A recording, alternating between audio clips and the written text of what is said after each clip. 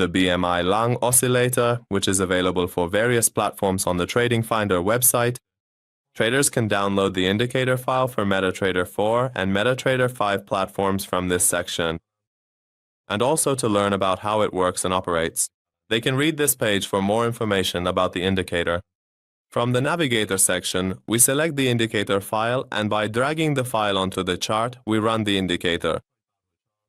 Once the indicator is launched on the chart, an oscillator window will appear at the bottom of the chart.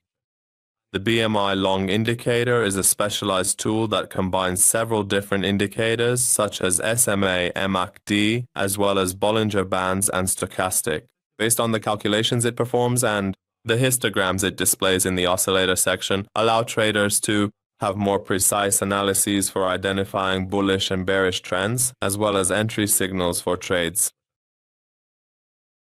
The colorless segment represents the values of the OSMA indicator. The white segment and the pink segment represent the signal line and the MACD line respectively. Finally, the orange lines indicate the upper band of the Bollinger Bands, and the green lines represent the lower band of the Bollinger Bands on the chart. Similarly, the yellow line serves as the baseline or central line to distinguish between negative and positive values on the trader's chart. By combining different values and analyses, traders can identify the market signal direction. For example, in this section, we can see that the histogram values are in the negative area. As the movement goes above the zero level, an upward trend begins in the market with the SMA values positioned above the zero line. At this point, the lower line and the lower band of the Bollinger Bands have also moved above the zero level, and the MACD values are above the zero line as well. All of these confirmations form the basis for a strong upward trend in the market, which we can use as entry points. When the values start to decrease, it indicates a trend reversal from bullish to bearish, and we can exit our position at this point. In the next section, we see that the Bollinger Bands, that is, the orange and green lines, have come close together, indicating price compression in this area.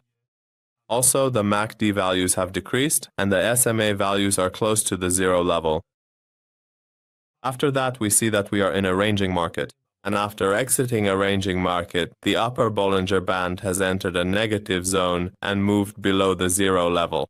The MACD signal line and the MACD line have also moved below the zero level. Finally, we see that the SMA line has also moved below the zero level, and after that, the market has entered a downward trend, which we can use as an opportunity to enter a sell trade. And in this way, we also see that the market trend is bearish here, which gives us a signal and allows us to use our own analysis to enter a trade. In this section, it's the same way. In the settings menu under the input section, there are some options available to us, which, in the first part, we can adjust the settings related to the MACD indicator.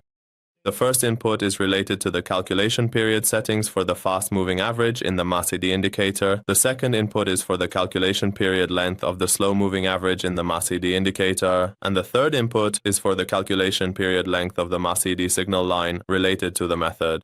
The calculation method for the MACD moving average can be selected from 4 modes: simple, exponential, smoothed, and linear weighted. The next input is for the calculation basis, which can be chosen from close price, open price, high price, low price, median price, typical price, and finally, weighted price, all of which are available here.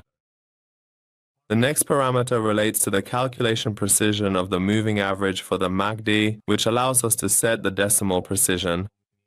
By default, it is set to 5, which means the precision is up to 5 decimal places. This has been specified. In the next section, we can change the color of each indicator here to any color we like. The first input is for the OSMA indicator, the second input is for the MACD line, the MACD signal line, the upper Bollinger Band, and the lower Bollinger Band. In the next section, we can set the status. Settings related to the Bollinger indicator. The band is specified here. The calculation basis is according to the MACD signal line, and the second input is related to the calculation basis, a Bollinger Bands based on the MACD line. If we set both parameters to true, the calculation basis will be an average of the calculations made using both the MACD signal line and the MACD line, and it will perform its calculations based on that. The next parameter relates to the calculation period length of the Bollinger Bands, the calculation period length for the deviation, the MACD shift value setting, and so on. Finally, the calculation precision is based on the decimal places of the Bollinger Band, which here is set by default to 3 decimal places. The next 2 parameters are related to the coefficient used in the Bollinger Bands calculations. There are 2 coefficients here, and depending on the symbol you're working with, you can adjust their values. The next parameter is for a coefficient used in the MACD, which by default is set to 2. In the next input, we can enable or disable the stochastic filter. If we set this parameter to true, we can adjust the settings related to the stochastic indicator. Here, you can specify the first input for the period of %K, %D, and finally the stochastic slowing factor, which are all set here. And if this section is set to true, the indicator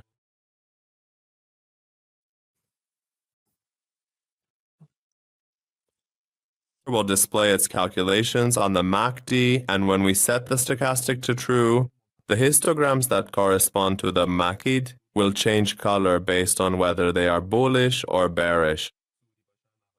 When they are bearish, the stochastic values based on the MACD line are displayed in red, and if they are bullish, they are shown here in white. If the parameter for the stochastic calculation is set to false here, its calculations are performed. It performs its calculations based on the MACD signal line, which here, as you can see, changes the way the histogram is displayed.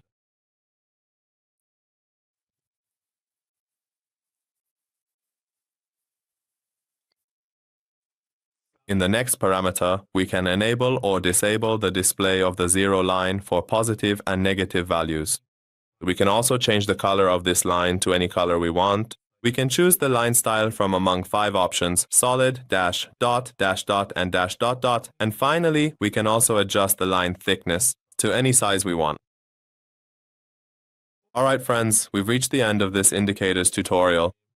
We'd be happy if you share your comments and suggestions with us in the comments section.